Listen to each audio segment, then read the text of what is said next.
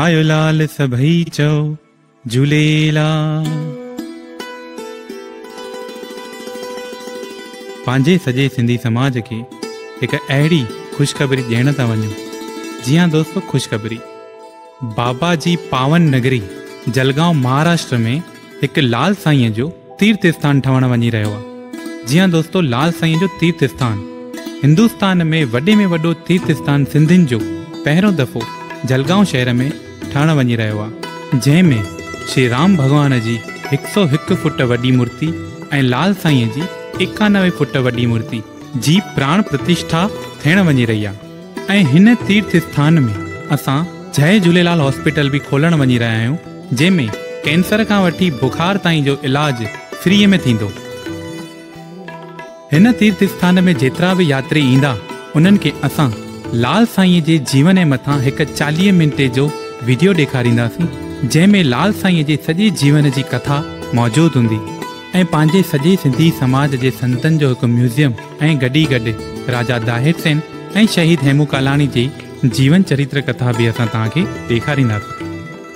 ऐं इन ई उपलक्ष्मीअ में असां हिकु रथ यात्रा था कढूं, जेका उल्हासनगर, थाणा, मुंबई, गुजरात, मध्य प्रदेश, महाराष्ट्र ऐं छत्तीसगढ़ मां थी करे जलगांव शहर में पूरी थींदी। हिन रथ यात्रा जो नालो आहे झूलण तव्हांजे दर ते। हीअ रथ यात्रा असां सभिनि सिंधियुनि खे जोड़ण लाइ कढी वई आहे, जीअं पंहिंजे सॼे विश्व जा सिंधी असां खां जुड़नि ऐं लाल साईं जो प्रचार कनि ऐं गॾी गॾु तन मन ऐं धन सां सहयोग कनि। असांखे कॉन्टेक्ट करण लाइ झूलेलाल साईं मानव सेवा संस्था, जंहिंजो कॉन्टेक्ट नंबर आहे 992333 76465 992333 76465। पंहिंजे सॼे सिंधी समाज खां हथ जोड़े इहा वेनिती आहे त इहो वीडियो ऐं ऑडियो तव्हां पंहिंजे व्हाट्सअप ग्रुप ऐं जेतिरा बि सोशल नेटवर्क तव्हां यूज़ कयो था उन्हनि ते रखी पंहिंजे सिंधी समाज जी जागरूकता वधाईंदा ऐं असांखे सपोर्ट कंदा। आयो लाल सभई चओ झूलेलाल।